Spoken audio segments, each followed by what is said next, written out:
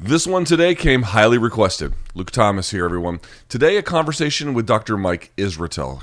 Let's see, a sports physiologist, a successful YouTube personality, a Brazilian jiu-jitsu brown belt, the proprietor of Renaissance Periodization, an expert in sports training, nutrition, any number of different factors that relate to MMA training in particular. So that's what this conversation here is about today, the nature of MMA training, some of the specifics, but more than just that, what works in the weight room, what doesn't, how many MMA fighters use performance-enhancing drugs, how many don't. Should I get on TRT? We have that conversation as well. It's a wide-ranging one, all within, of course, that's narrow focus, but there's lots of different things that we touch on. I really appreciate you guys watching. Thumbs up if you haven't. Subscribe already if you enjoy something like this. Without further ado, here's my conversation with Dr. Mike Israetel. Dr. Mike, thank you for joining me. What's up? How are you? Doing well. All right, Doctor, you have become a highly requested person for this channel, I'm sure many others, but we're going to have a bit of a combat sports focus, certainly to start anyway. Okay. You have described MMA training, certainly at the professional level, at times as being catabolic. Can you explain to the audience first what that means? Yeah, it means it breaks down muscle tissue. So most types of MMA training, especially doing live rounds, increase your energy demand significantly. And the energy demand is being poured into moving around dynamically. And some of that energy demand is met with carbohydrates, some with fats, but some is definitely met with amino acids. It's tend to happen in the body quite regularly. And that environment is basically based on energy drain alone, is acutely catabolic. So you technically lose some muscle every time you do live rounds. And it's also highly fatigue inducing, and it also secretes a significant amount of cortisol. The cortisol is a fight or flight hormone. If you don't get some cortisol in some of your MMA training rounds, you're not really fighting people that are going to elevate your game as much as others who would challenge it significantly. So basically, because it incurs a lot of fatigue, and fatigue chronically elevates your catabolic hormones, because it's a huge energy drain, and low energy status generally means a reduction of muscle growth and an increase in muscle breakdown.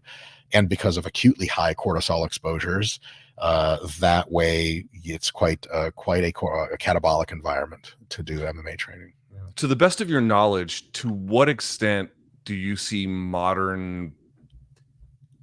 how good is modern training at like professional level in terms of working around this catabolic effect? To what extent are they working like to mitigate it? To what extent are they working in ways that they don't even know it's there?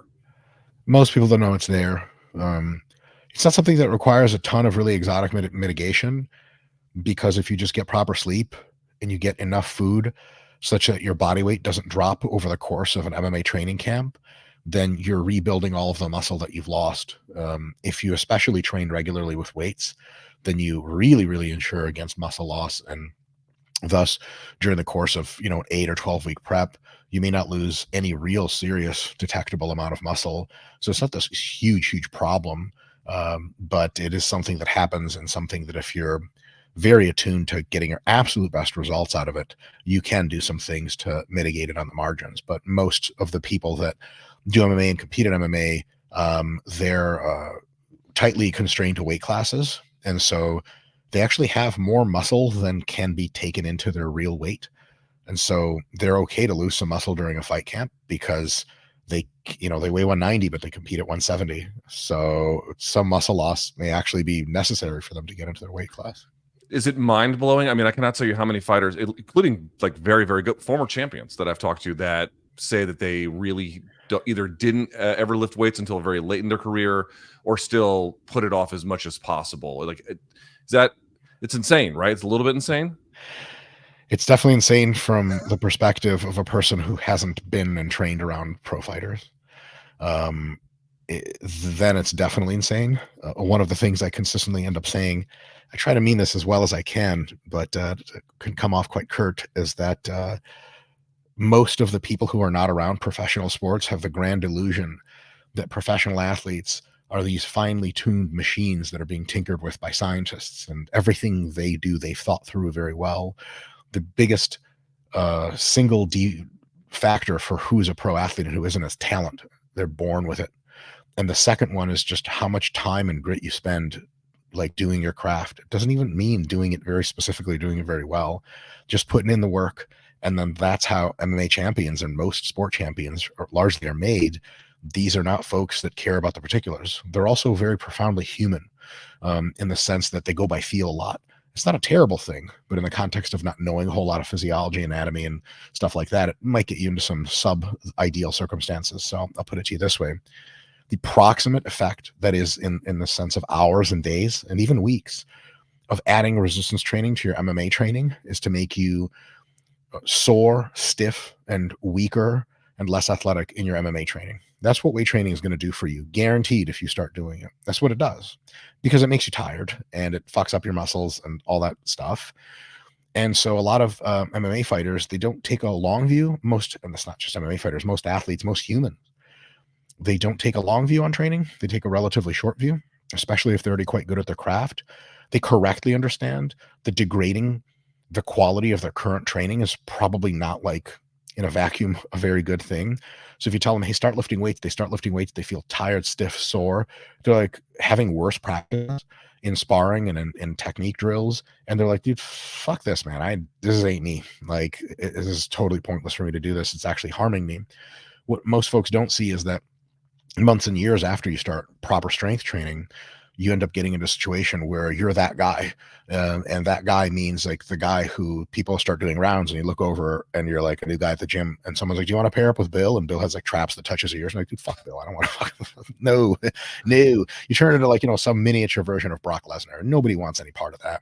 That's the long-term goal, that the short term of which requires a little bit of a declivity in performance, and then performance returns, and it just for years escalates slowly over time. Most human people, and MMA fighters are in that group of people, are just like at face value uninterested in paying short-term costs for long-term benefits. There's also long-term benefit is something you have to take on faith. I mean, how many MMA fighters know anatomy and physiology and modern sports science? Almost none. And so it's like an auto mechanic saying, like, hey, if you buy this little gizmo I sell for $25, I put it in your carburetor, it's going to make your car run faster. You're like, how do I know that that's true? I don't know anything about cars. And so when a sports scientist, somebody nerdy on a podcast tells you, hey, like, you got to lift weights, you're like, do I though? And it makes me feel like shit. So that's thing one. Thing two, and sort of to the credit of the MMA community and the kind of intuitive understanding people develop, is the number one, and not the only, but the number one benefit of resistance training is that it increases your muscle mass. But if you look at someone who fights at, like, 170-ish, and they have the 10% body fat, clearly visible abs, and they have muscle, right? They kind of have almost all the muscle they could possibly have at that weight class already. And if you take away the muscle growth benefits of resistance training and just work on the neurological benefits, you're now dealing with much smaller percentages of difference. So earlier I brought up the Brock Lesnar situation, but there's nobody that looks like Brock Lesnar that's going to be fighting in the 170 class, because he just has so much muscle he needs to fight in the super heavies. So you can't actually become Brock Lesnar with resistance training and still stay in the weight class that you have to. So if a lot of guys will start weight training per the advice of their coach, they'll start doing it, and they'll, like, the fight camp will come up and they're at 205 and lean. And they're like, that's a long way down to 170. What the hell did I do to myself? I'm in a totally different weight class now because I'm a certain given height. And ideally you have as long a reach as possible in MMA. I've actually, like, leveraged myself into a worse weight class. And so I start to get poor performance. And so that's not a good thing. There's a ton of other reasons why, sort of colloquially, MMA fighters have been resistant to weight training. You can think of two more offhand. One is that when you get robustly more muscular, it takes you a while to get used to powering that muscle. And a lot of these folks are pretty fast twitch to begin with. So it leads them to gas out more. Yoel Romero is probably a good example of that. Like, everyone knew at some point you're going to catch him and he's just going to shut down because he's too jacked for his own good. That's a thing people can tell on a smaller scale. And so when they get a little bit more jacked, like, man, my cardio is just kind of like, my punching power and kicking power is crazy, but I need cardio. I can't keep doing this to myself. And so that's a big problem that folks run into. And the other problem is, I would say this is one of my pet peeves, is that what people consider resistance training, largely in MMA circles, not exclusively, but too much of this, is the kind of training that takes away your energy, doesn't really give you much back in return. Bosu ball nonsense, work on like just like short range of motions on machines, balance board crap, and lifting that it's so submaximal that it just like expends energy but does nothing. Like if you can curl 100 pounds for a set of 10 and I have you come in and curl it for a set of 5, it absolutely took up your time, took away your focus, and took energy out of you. It incurred fatigue, but it incurs almost no adaptive benefit because it's way submaximal. And so if most MMA people were training with weights or exposed to weight training, like, Bulgarian style, like super deep ranges of motion, really heavy weights for sets of 3 to 6 reps, like stopping power type of shit. Like you see the guy you're supposed to fight next week, like deficit deadlift 600, and you're like, I'm not, coach, I hurt, my shoulders hurt. I don't want any of that. But like, if people did that and they felt that strength development, they would be like, dude, this is it, man. This is like taking steroids. We just took 3 hours a week. I'm on it. But a lot of guys will try the weight training their coaches tell them, and their coaches are full of hot air, and they'll have them do balance board nonsense. And not only does it tire them out, not only is it a context switch for like, an MMA fighter, especially in camp, is a very busy week of stuff. Fight with the girlfriend, try to quit your drinking problem. Also, you have to go to practice. And then on top of that, someone's like, okay, you got to show up for like 3 hours a week to weights, and that's at a different gym. And you're like, consolidation of stress is a big deal. A really good MMA fighter is either training hardcore for their sport or like playing PlayStation or eating or going to sleep. That's it, right? That's it. Maybe some blowjobs in there somewhere, but not giving, because that takes energy, only receiving. But now you add in weight training, and not only do they get all the fatigue stuff I was talking about from it, but they actually don't even see a long-term benefit from it. And then so a lot of them kind of sour to it and go, you know what, man, weight training is fun and all, but this ain't me, and it's just not doing anything for me. So weight training, the most beneficial way it can affect you as a fighter is if you are in an open weight situation or you're able to go up weight classes. It logically makes sense for you, so you can add muscle, not just neurological strength. And if it really is done in a way that adds relevant neurological strength to your abilities, like you take someone with a close grip bench of 225 and over a year and a half, you get that up to 275. Yeah, they're going to be uppercutting people's fucking skulls off their bodies. But like that, you got to hang in there a lot for that to be a benefit. And especially in the first several weeks, all you see is the fatigue and the stiffness. And so that's probably my big ramble, excuse me for rambling, about like why weight training has not been adopted by MMA folks to the extent that some of us in the sports science community would hope it would be. What about in particular lifts? And here's what I mean. To what extent is every weight or every division and probably every athlete profile is going to have a slightly different need for what their weight training is going to look like? But here's what I mean. I have seen, for example, often for people to practice double underhooks and pulling someone off of their hips for wrestling, they recommend like Zercher squats. Is that a thing, or is there what is the ideal way, generally speaking, that resistance training should be programmed into MMA training? That's a great question. The dominant theoretical understanding currently, and I think it makes a lot of sense, is that real sports, I don't mean real sports is pejorative. There are sports like bodybuilding, powerlifting, strongman, weightlifting, in which the resistance training is so close to the sport itself, if not literally just the sport itself, that general training and specific training mean almost the same thing. In complex sports, volleyball, gymnastics, mixed martial arts, your body is moving in a ton of different ways. Like if I had you plot joint angles, positions, and muscle forces for weightlifters, you only have to do it for 2 lifts: snatch, clean, and jerk. Like every single athlete literally only moves in 2 specific ways. That's it. If I had you plot vectors and forces for an MMA match, you would be like, dude, it looks like a giant sphere because it's shit's going everywhere. And you need general strength everywhere in every possible vector as an MMA guy, because yeah, Zercher squats are dope for like double unders, but like what happens when someone stuffs your single leg and now you need to be good at lunging? What happens when you are trying to pull people's limbs off of them and top of half guard and you need pulling strength? What about when you're doing an Americana and you need like really strong pushing complex? What if someone's pushing you up against the cage? You need to push them the fuck off before launching some haymakers. What about punching people? What about elbowing people? What about knees? It really just starts to be the whole body at some point. Now, you can take people's game and break it down and be like, okay, here's your highest probability attacks. Here's where strength is lacking. We can work on them, but that's really advanced and requires a nuanced, individualized approach, which most people treat kind of as a notion. They just sort of accept, like they kind of not pretend, but they sort of see one movement in their sport of MMA, and they go, "Oh, we need a lift to like make me stronger at that." What they probably really need is to just be stronger in every single major plane of human movement, which is to say pushing and pulling in both the lower body and the upper body. You got to be able to go from a low position bent over and rip things up off the ground. When on the ground, you got to be able to push up off the ground and push hard either forward or up. When you are standing or laying, it doesn't matter. You have to be able to push things really hard, and you have to be able to pull things really hard. You can put in another argument for you have to be able to curl really hard, like your whole body, the anterior chain, so your abdominals and your hip flexors and even your knee extensors, your quadriceps. That helps a ton in kicking. It helps a ton in knees. It helps a ton in shucking people over. So really, you're looking at like pushing, pulling for upper and lower body. And that's kind of about it. So if you have a program someone's doing for MMA, if you're like, hey, here's my MMA program just for this month, and I'll do some variation and change the lifts out later. But for this month, it's like incline close grip bench, underhand pull-ups. I put a weight between my legs, and I do I hang on a bar, and I do weight toes to face and back, and then I do some stiff-legged deadlifts for the posterior chain. What do you think? I'm like, man, that's it. That's really kind of all you need.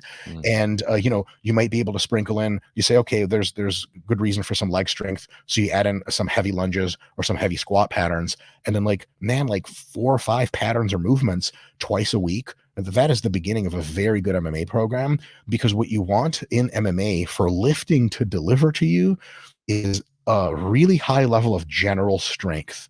Because if you have very specific strengths but very specific weaknesses, not only does not apply to the sport of MMA, because you are going to be put in every possible disadvantageous position and you need all of your strength everywhere. But if people find out that you're weak in a certain area, they're going to exploit the living shit out of it. So you have to be bulletproofed all around.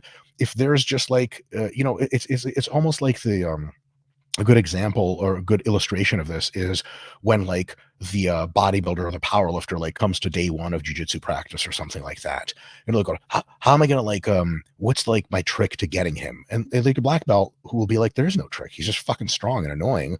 You got to really have good jiu-jitsu to get around all of him. It's not like, oh, like once you get on his legs, he has weak legs. Like, nope, those are strong too, and his arms are strong, and his chest is strong. There's just no place you get to a person like that where you're like, oh, okay, I'm past the bad stuff, like short of taking his back. But then his neck is big and he raises his traps, you can't even get a choke in. You want to become difficult for people to move. You can actually sum up MMA and especially jiu-jitsu, but with MMA plus striking is kind of the only difference. As an opponent to someone else, you want to be able to put them into positions where they don't want to be, and they want to put you in positions you don't want to be. Physically taking another human being and moving them and parts of them where you want, the foundational ability for that is strength. And you want core brutal strength for every possible way that you're going to realistically move in a fight. To what extent would resistance training to complement a professional career in grappling differ from a need for MMA? One of them is punching power. The other is kicking power. So your ability to forcibly flex your hips and extend out your knee and extend out your ankle to do any variety of kicks is very important in MMA. In jiu-jitsu, it's like contextually important depending on what game you play, but not overly convincing as a super big thing. Another thing is in jiu-jitsu, it's probably true to say that your pulling strength, your ability to grab and do this, is probably more important than your pushing strength, because there aren't a lot of offensive techniques in jiu-jitsu that require a lot of pushing, and a lot of defensive strategy in jiu-jitsu requires you push your opponent away. But because most people in jiu-jitsu that are good will detect an offensive push onto them at a decently early level, and everyone's kind of jacked and strong to begin with, like fighters aren't just slouches, they can have enough strength to push away. Defense is easier than offense. But if you're an MMA fighter, you want knockout power. And I've been in this discussion with a few folks that just not go well. But if I have 2 fighters I have to go into the cage with and trade blows with, and I know one guy benches 400 and the other guy benches 200 every single time, I do not want to get hit by a person who can bench press 400 pounds, because the way that punch power is generated absolutely starts through the hips and through the legs and that all good stuff, right? But it's chest, shoulder, tricep. Like no one who's actually trained and fought in MMA is going to look at a bouncer that's like Samoan and benches 600 and be like, nah, that guy can hit me. Fuck him. Like, what are you, nuts? One glancing blow. And here's the thing, when you're a heavyweight and you're really jacked, everyone knows one glancing blow puts you out. And fundamentally, why do we see crazy exchanges of strikes in lightweight MMA and in female MMA? Because they're straight up not strong enough to knock each other out. That's the difference. No one would ever accuse somebody like Mighty Mouse of being insufficiently fast, because people say speed knocks you out. Like, dope. Why isn't Mighty Mouse hitting people in the face 18 times until they start to feel it? He's just not big and strong enough. Now, you've seen Mark Hunt fight before, right? Like, he's not a fast guy, but as soon as his pinky touches your face, you just wake up somewhere else, because he's fucking massive and he's strong. And so that ability to do a lot of pushing and a lot of lower body kicking power, that I think separates MMA from jiu-jitsu substantially. So in jiu-jitsu, the guy can bench a lot. I'm a little bit worried about it, but if he can strap 245s and do 8 full range of motion pull-ups, I'm like, Jesus Christ, I'm not going to be in that guy's guard. Fuck that. He's going to break me down. It's going to be terrible. So that's, I think, a little bit of the difference, but that's a very minor difference. Any differences in the relevancy of grip power? Grip's more important in jiu-jitsu. In MMA, you have, if you just take like a time analysis perspective, in a typical MMA fight, some of the positions will require you to use extensive grip, and grip will be a limiting factor. But some of the stand-up long distance stuff, grip's irrelevant, right? You get 2 super heavyweights against each other and they throw in kicks and punches. You may get entire fights, and we have, where grip never, like, no one ever lays a grip on one another. It's just boom, boom, boom, somebody falls. And with jiu-jitsu, the grip is critical. So strengthening grip is potentially a good idea. It's a little bit difficult to do in real life, because you get a lot of actually limiting grip work in jiu-jitsu. A lot of times, especially in gi, but definitely in no gi, guys will do a hard roll or two and they'll have a total forearm pump. They can't even move their hands. Like, that's really good resistance training. So a lot of times your grip just from training jiu-jitsu comes up like crazy. It's just not enough work for your other muscles to really get. Very few guys will be like, yeah, man, just did a ton of rolls. My back and glutes are super pumped. Like, you just don't hear about that. But if you have strong back, strong glutes from resistance training, that can really help you. So jiu-jitsu, so yes, grip is more important to jiu-jitsu for sure, but also that doesn't mean it's more important necessarily to train a ton directly in the weight room, because it already gets so much work from the competition practice. And the reason for strength and conditioning to exist, the reason weight room work exists, is because we train things in the weight room that are important and determinative to victory, but do not get sufficient volume or intensity exposure in the actual training for the sport. Grip gets so much good training that, is there an argument for adding grip work in? Yes, and for some people it's really great, but it's a much smaller argument than being like, you should be doing some benching and some pull-ups and some rows and some deadlifts and stuff like that. To the best of your knowledge, do you know of anyone in MMA who you believe trains in a modern, scientific, laudable way? My coach, so I'm coached by Will Starks, who is a pro MMA fighter, and he's like brilliant and just a purveyor of modern training theory. As he trains in a way that I would approve of almost wholeheartedly. But offhand, who does a good job in like the known space, I'm not so sure. I will say that various elements over the past of Jon Jones training seemed quite good to me. I remember him getting some criticism from online community of like training to bench press a lot and training to deadlift a lot before his fights, and people are like, stuff doesn't matter. And it's like, you're a fucking idiot. Sorry, is it okay if I'm swearing a little bit? Yeah, it's quite all right. Yes. Awesome. Is it just like, dude, are you nuts? Do you want to fight Jon Jones when he can deadlift 400 or when he can deadlift 600? Do you want Jon Jones to have to do like the strategic jabbing stuff that he often does, or do you want him to have like a right cross that'll put you on your ass because he benches 350? Now, I don't want a guy with Jon Jones reach bench 350. That's crazy. And so some of the stuff I've seen from his camp of just getting him just straight up stronger, meat and potatoes, scary strong. Remember Tank Abbott from back in the day? Of course, yeah. There's a video of Tank actually straight up benching 600 pounds. And then it's like, why were we ever curious why he was a knockout artist? Like, just there's a certain amount of accuracy you just don't need when you can bench 600 pounds. And so the Jon Jones stuff at some point was really cool to watch. But then, there's other fighters.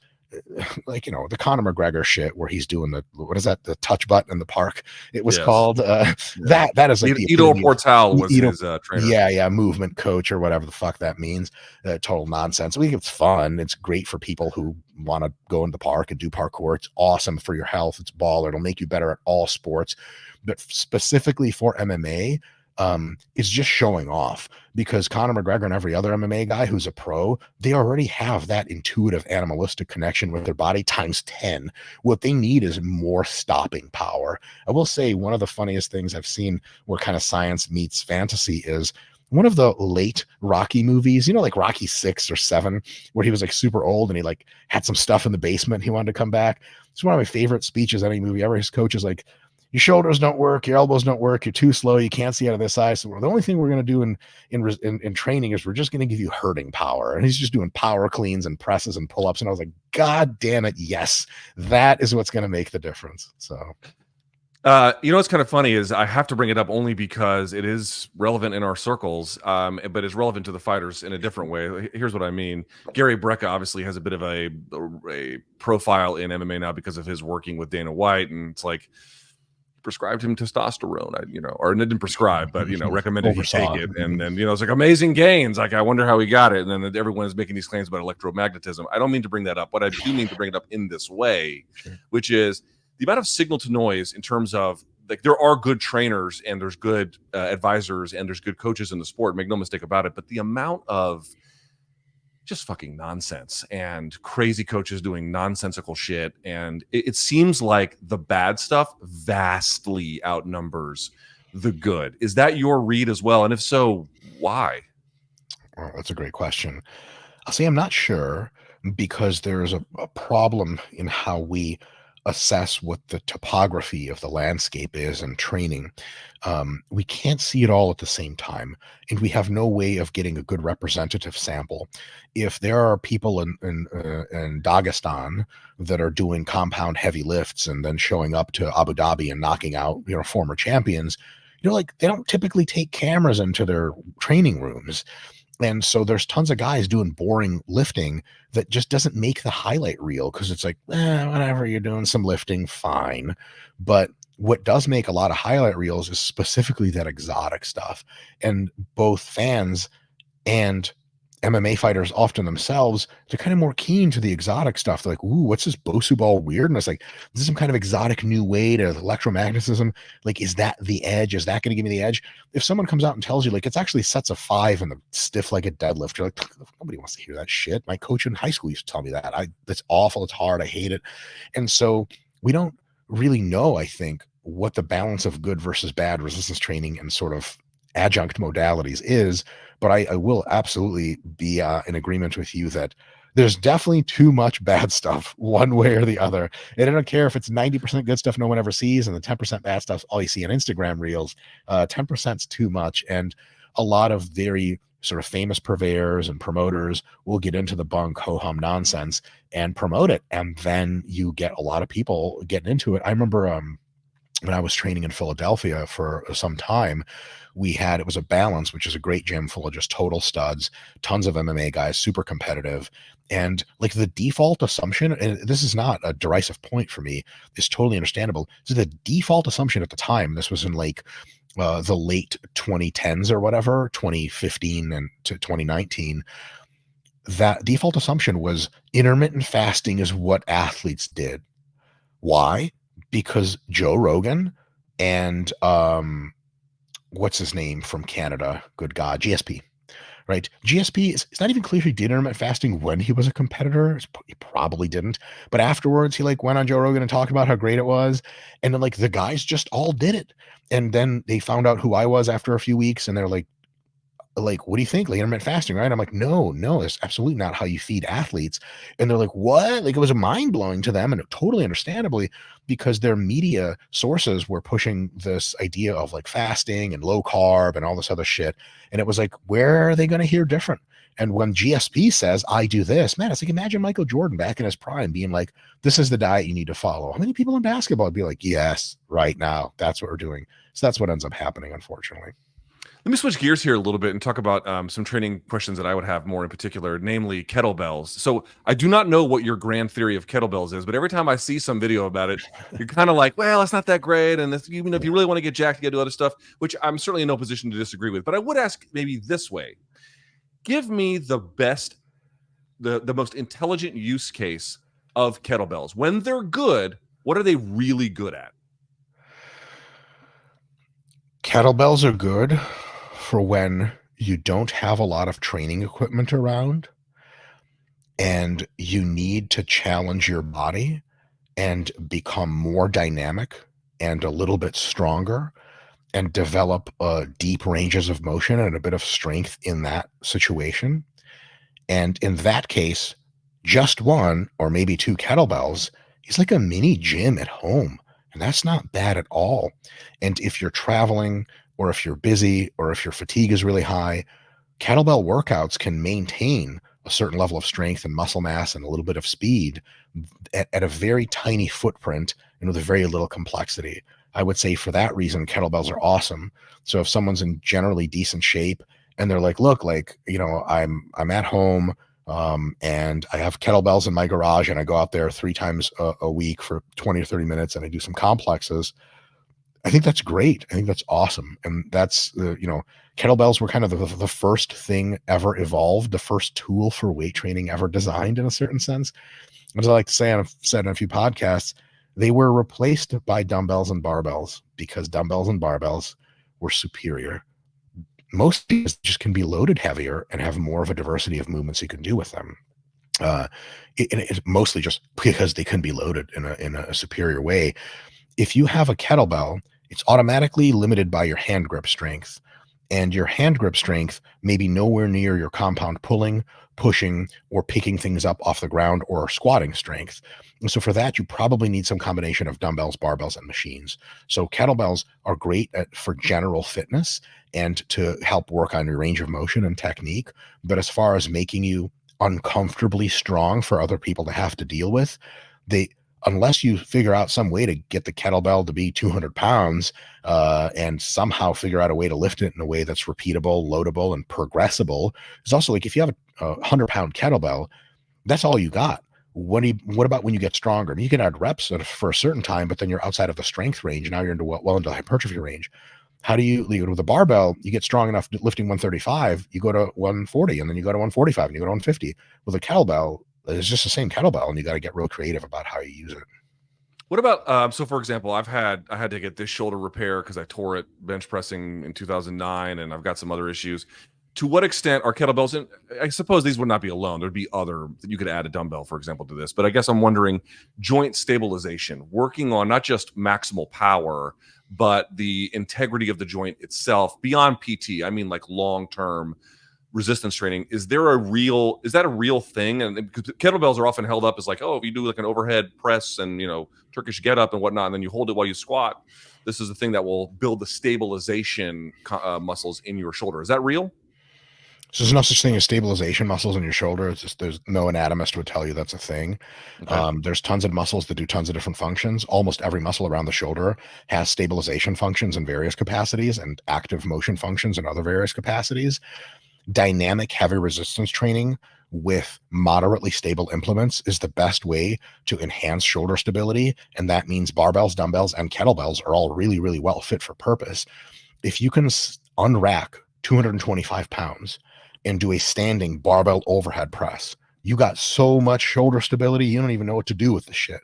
Now, if you do a Turkish get up with 70-pound or 80-pound kettlebell, it's not as much shoulder stability actually because the forces aren't as high, but it's a lot of coordinating multiple body parts at the same time, which looks cool and makes for a neat lift. But as far as increasing shoulder stability specifically, heavy loads, fast dynamic movement, and weights that aren't auto stabilized for you. So if you bench in a Smith machine, you get some shoulder stability benefits, but not a ton. If you bench press free, if you bench press with dumbbells, if you do weighted dips or especially ring dips or something like that, pull-ups on rings, lateral raises with dumbbells, overhead presses with kettlebells, barbells, dumbbells, doesn't matter. You get kind of all the shoulder stability that you'll never know what to do with. And so I don't think kettlebells are specifically less stable than dumbbells, for example.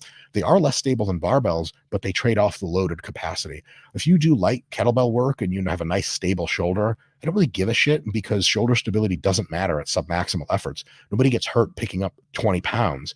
You get hurt trying to push a black belt heavyweight off of you when he's all over you, and that then you need to be strong and have stability, and nothing does that better than barbells. Anyone who's skeptical of this, I totally understand, but watch some lifting of Olympic weightlifters doing the snatch and the clean and jerk. I mean, there are girls putting 300 pounds overhead. The shoulder, you can see the shoulder stability requirement on camera. Like, how the hell is that person locking out 150 kilos, doing this with it, and then while they're doing this, they have to go from a lunge into just feet normal locked out stance? That is an insane amount of shoulder stability. You give them a Turkish getup and you're like, try this, it's really hard. They're going to be like, this is the easiest thing I've ever fucking done in my life. And for people grading up to that level, kettlebell stuff is totally fine. But at some point, if you're big, strong, mean, nasty, and fast, you're going to need something to challenge you. Typically, you run out of weight with kettlebells at some point. What's your view on sandbag training? So first of all, I think it's a fad, but not all fads are bad. There's macros are a fad, but they're great as far as nutrition. Sandbag training to me is one of these things that's like a solution in search of a problem. I haven't been cogently explained what the superiority of sandbag training is exactly to conventional resistance training. That doesn't mean it has no place. I think if you have some heavy sandbags, they have this really big advantage of being just fucking obnoxious to lift. And so you need a lot of grip strength, a lot of coordination, multi-muscle and joint integration in order to pull that off. If they're heavy, and if you're pushing yourself hard, sandbag training can be awesome, especially if you're doing the right stuff with it. You put a sandbag on the ground, get a 6 foot tall bench or something, some kind of jump platform, and your coach goes, okay, that's a 70-pound sandbag. 5 times in the next minute, I want you to put it on top of that platform, drag it off, and put it back. I'm like, fuck this. This is stupid. This is just like barbells, but it's a more annoying. That's great training. But I'll see people use relatively light sandbags, do these kind of things that look kind of like drills. They're not being pushed to the limit. The weight is insufficiently heavy to be challenging their muscles through the strength pathway. And then it's kind of like another thing for people to do to occupy their time, to have some magical mystery benefits. I don't want to say they're in the same category, but if they're light enough and you're submaximal enough with them, it turns into the equivalent of squatting on a Bosu ball or unstable plate. Oh, you're doing something all right, but the limiting factor is just a giant question mark. It's kind of like if someone does 5 reps of loading a sandbag onto a platform and the sandbag weighs like 30 pounds and you're like, what stopped you from doing a 6th rep? And they go, I could have done like 18 more reps. You're like, because you need a 150-pound sandbag then. They're like, well, I guess, but like they don't make them that big. Well, it looks like you're too strong for sandbags. So like somebody who is Brock Lesnar's strength, exactly how big are the sandbags going to have to be for them to be challenged? And the answer is like the size of a competitor of theirs. I think another really good benefit about sandbag training, again, if it's a heavy sandbag and you're challenging yourself to go close to your limits, is there are a lot of situations, especially in the wrestling component of MMA and the wrestling component of parterre for wrestling, is you had a guy laying on the ground, you have to pick his dumb ass up, like the whole guy at the same Gut time. wrench. Yeah. Gut wrench and a bunch of other moves like that. Like, man, sandbag training, again, with a sandbag that weighs what the fuck a guy does or a little bit less so you can work up to it, there's no way to beat that training. But the core musculature you get and the core strength you get can be done more efficiently with barbells and dumbbells and machines. Then you take that core you built up with barbells, dumbbells, machines, kettlebells, very heavy ones, and then you take it into sandbag training, and there it can be a little bit more of technical training, because not a lot of your training partners will let you gut wrench them back and forth a bunch. They could, but it'd be a little show up for that sort of thing. So you can do kind of a combination of training there. And then I think that is actually best to combine training modalities and be a little bit of strength training, a little bit of endurance training, because you can take something like a sandbag and just gut wrench it 10 times this way, 10 times that way, it'll gas you the fuck out. It's insanely specific to grabbing a human being because there's nowhere to grab. You just have to kind of do it.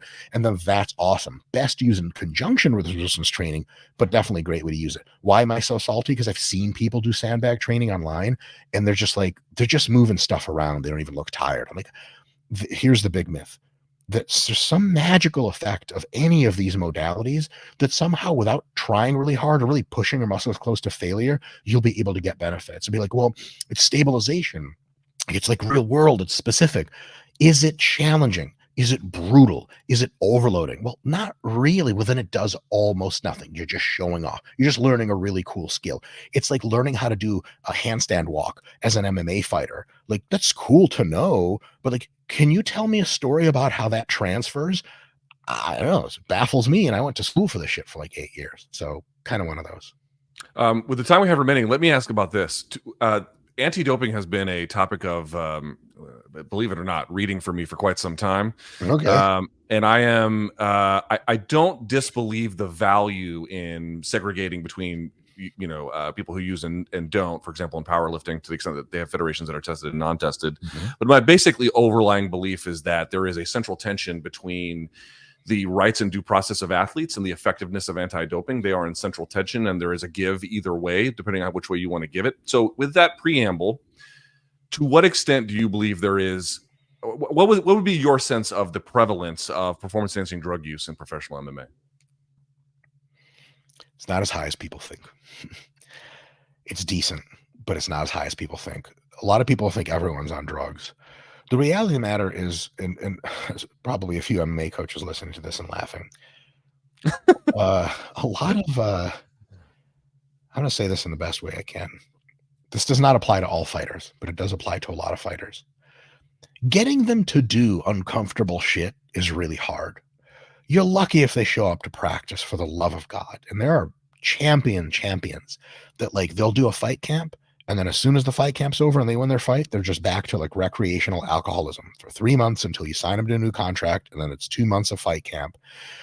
Getting guys like that to like put needles into their body with like stuff in them, they're like in a regular schedule. Oh, fuck, man, you're already pulling that shit. And if you have a state sanctioned training program, Russia, China, Iran, they don't have a choice. Like, you show up at 8 a.m., the doctor does this every Monday and Wednesday, and then you go and you do your stuff.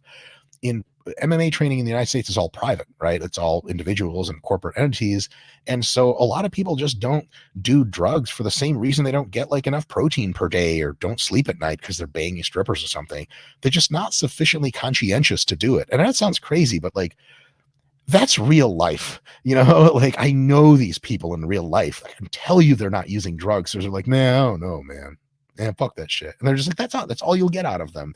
Like, yeah, I tried it. It kind of made me feel weird. So I stopped. You're like, okay, whatever.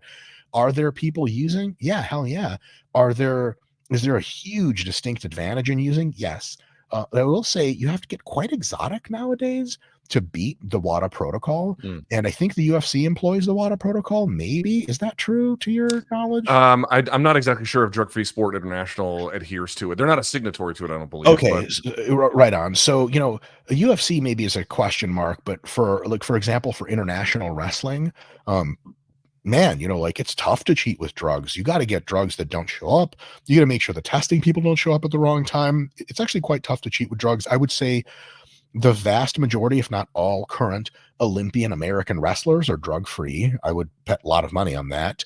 MMA fighters, I would say it's probably maybe 30% of them at most use drugs, and the vast majority probably don't. Because again, the other thing is when you start using drugs, like steroids, for example, what are they giving you? Enhanced aggression. Most guys don't have a problem with enhanced aggression. Good God, they're just trying to stay out of jail between training. They're good on that front. The other thing is like the drugs can enhance your recovery. True, but the drugs pump you up to work so hard in the gym. You actually like double dip on that. Yeah, they help you recover, but you're also doing more damage in training. The drugs oftentimes make you so strong and so fast quickly that they leave you liable to get injured. And like injury is the ultimate death knell in MMA. Like you pull a bicep and I don't even know what you do after that. Hopefully the reconstructive surgery goes well. And then also drugs tend to increase your body weight. substantiating with anabolic steroids. So unless you have your diet really dialed in or use very specific drugs, again, they test for a bunch of them, so that gets difficult. You'll just drug yourself right out of your weight class in most cases. So are there people using drugs? Yeah, hell yeah. But there's lots of people not using drugs in pro MMA, I guess is and it surprises people because I think again, people assume that modern MMA training at the top 10 of the world level is everyone's just got sports scientists and Russian doctors and machines and stuff. That's not even remotely close. Some guys do. Some guys are all the way down to like, this guy just shows up for fight camp for 2 months and just knocks everyone out. I will say I push back slightly on that, if Please. I may, which is my overall sense is you're probably correct that in order to do this, to take the drug in the appropriate kind of way on the appropriate schedule, this is a rigmarole that they just simply do not have time or energy invested in. I don't doubt that certainly as a limiting factor. What I would say is I've been covering combat sports for 15 plus years. I have absolutely seen over time people's physiques for individual fight camps have super abnormal changes and then this kind of reverting back to the norm. So in other words, what I mean is how many people are using currently is probably a distinct question from how many have ever used in their professional career at some point to gain a momentary advantage. When I say momentary, I mean 3 to 6 month kind of a thing, and then let their foot off the gas. I think that number is probably significantly higher. Yeah. That's my personal feeling. I totally agree. I will say one caveat to that I can come up with is a lot of the reason why guys have physique transformations like this is absolutely because they just start using steroids. Another big reason is, and this, it might sound crazy to people, but nonetheless, this has been my experience, and I've talked to a lot of folks, and it's also their experience, a much larger fraction than is interesting for us culturally to admit as fighters and fans of fight sport. A very large fraction of fighters do not train when they're not in fight camp. And I just mean they just don't train. They don't eat properly. They don't get lots of physical activity. They don't roll. They don't spar. They don't lift weights. And some of the guys train sort of year-roundish, but they only lift weights. I know tons of dudes. They only lift weights during fight camp. Dude, if I get you to lift weights for 3 months versus not lifting, holy shit, you will literally see steroid-like gains. You never touch the stuff. So yeah, when guys do train all the time and they do lift weights all the time, and then 8 weeks into fight camp, you're like, why are you red colored and 15 pounds heavier with no extra fat? Yeah, those guys are on. And there's tons of dudes like that. So my contention is not even, I don't have the statistical data to say most guys aren't or are on steroids for MMA at the high level. What I can say is lots of them are and lots of them aren't, which is a very different statement than, for example, making a claim about professional bodybuilding. Like if I told you like, well, lots of pro bodybuilders in the IFBB are on steroids, but lots aren't, you would be like, you're an idiot. You'd be completely correct. Every single one of them is, to the last person, maybe minus one freak every 10 years. And people think that's how all professional sports work. Another example really quick is cycling. They did a statistical analysis back about 15 years ago, 20 now, where the 50-50 probability of this person is or isn't doping would be reached at rank 700 for the top world rankings in cycling. So you'd have to get to rank 700 in the world rankings to be like, there's a 50-50 chance this guy's using or not. Anyone north, like if you're ranked 650, you are more than 50% chance using. If you're ranked 100 plus, you're like 99% chance using. That's not the case with MMA. You probably agree with that? Yeah, sure. Yeah, for sure, yeah. But people think like regular MMA fans, regular people, a lot of times they have this understanding that like, of course everyone's on everything at the top level. That's true for some sports. It's not true for MMA. You've been gracious with your time. I do have one final one, if I may, and I really appreciate it. So I just turned 45 a couple of weeks ago. So whether I feel great is a very different matter. But what I mean is this: I know so many people in my age cohort and even a little bit older as well, who have gotten on TRT and they're like, dude, you got to get on it. Your sleep's going to be, because my sleep has been a constant issue in the last 10 years and any number of other things. And here's what I keep telling them, which is I don't deny that there are benefits. And I do suspect that this is an eventuality, but I have two basic problems. One, to the extent I dial in my sleep and I dial in my training and I dial in my diet, I still see gains that I feel very comfortable with. The second thing I would say is, I just don't know if, like, once I've seen Pete Rubish, who was a hardcore steroid user, he got off of it, and it was this long process to rehab his body. I'm not suggesting I would have anything like that, but to the extent I ever have to get off of it for whatever reason, like, once you get on it, is it not that, like, I have to maintain this basically the rest of my walking days, and that gives me some trepidation about when I want to start punching that clock. Tell me how you feel about my assessment of this. Both very valid concerns. I would also ask, and maybe this is too private for you to share, but like, do you find your sex drive and life enjoyment and excitement to be like pretty cool? Or are you like, it's just not the same as it was in my 20s and 30s? Something is missing. I mean, I'll keep some cards close to the vest. I would Please. say, is it roaring like I was 25? No, I don't think it's roaring like 25. But I don't, of all the things I think about in terms of like the signals of health, that is not a chief concern. That is not a chief concern. Yes. So TRT is analogous to a hammer. If you have a nail that's pretty wide and there's nothing important around that area, you need to hammer it. You need a hammer. But not all problems require a hammer. And a hammer has some serious side effects. You put your pinky close to the nail, you hit it, bad things happen. And TRT is number one reason why you would benefit from it is because you actually have a deficiency. So I would say to you is just look at your blood work next time you get your blood work, total testosterone, free testosterone, and see how it adds up to the normative range. If you're well within the normal range, even at the high end, I've had people be like, hey, like, this are typically the range in nanograms per deciliter is like, 300 to 900, let's say. I've had people who like testosterone of like 850 be like, dude, should I use TRT? And I'm like, what are you replacing? You haven't lost anything. You have super high testosterone. Get out of my face. Then there's other people struggling in the 250s and they're like, I don't know if I want to pull the trigger. It's like, it's going to change your life straight up. It's a critical key hormone. So I would say to your end, to answer your questions directly, yes, it would definitely be a process to come off of it. I will say, like, almost no one comes off of it. It's just a medication you take, like, till your dying days. Also, you'll probably be taking more and more medications as you get older anyway. So, like, what's another one? You're totally correct that for some people, I say for the majority of people, coming off is a process of like feeling a little weird for a few weeks, then less weird for a few weeks, and then 6 weeks later you feel totally normal again. It's probably about 90% of all people, but there's a 10% there where like they never get their old levels back and their balls are non-functional and they have to be on the shit forever. And so you could be one of those people. Another thing is some people want to get on TRT before having children. And that's a big question. If you take HCG with it, your doctor will tell you what that is. He'll be able to handle it for you. You can keep your spermatogenesis constant and thus still be able to have children even on TRT. But if you don't, you can shut down your ability to have kids. And then like, that's a big fucking problem. You know, you turned 35, you got on TRT, 5 great years, you met the love of your life at 41 and 42, you know, she's 33. She's like, let's have kids. You're like, is that really in the cards for me still? You go to the doctor. He's like, nope. I mean, of all things, forget health and hair loss and stupid shit like that. If you want children with a partner and you can't have them anymore, that might be like the biggest calamity of all time that a person could ever experience. So there's definitely concerns. And I don't like that people are kind of fast and loose with TRT. Like, did you so much as like tell a guy at the gym, like, yeah, man, kind of feeling weird today. He's like, TRT, bro, I'm telling you. Like, shut up, Jim. You always say that.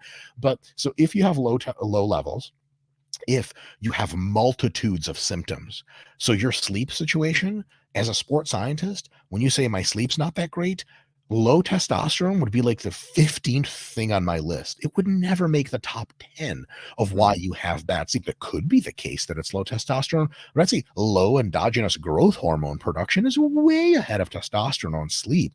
So if you have one or two problems and you have normal testosterone levels, that is not a picture painted for a candidate for testosterone replacement therapy.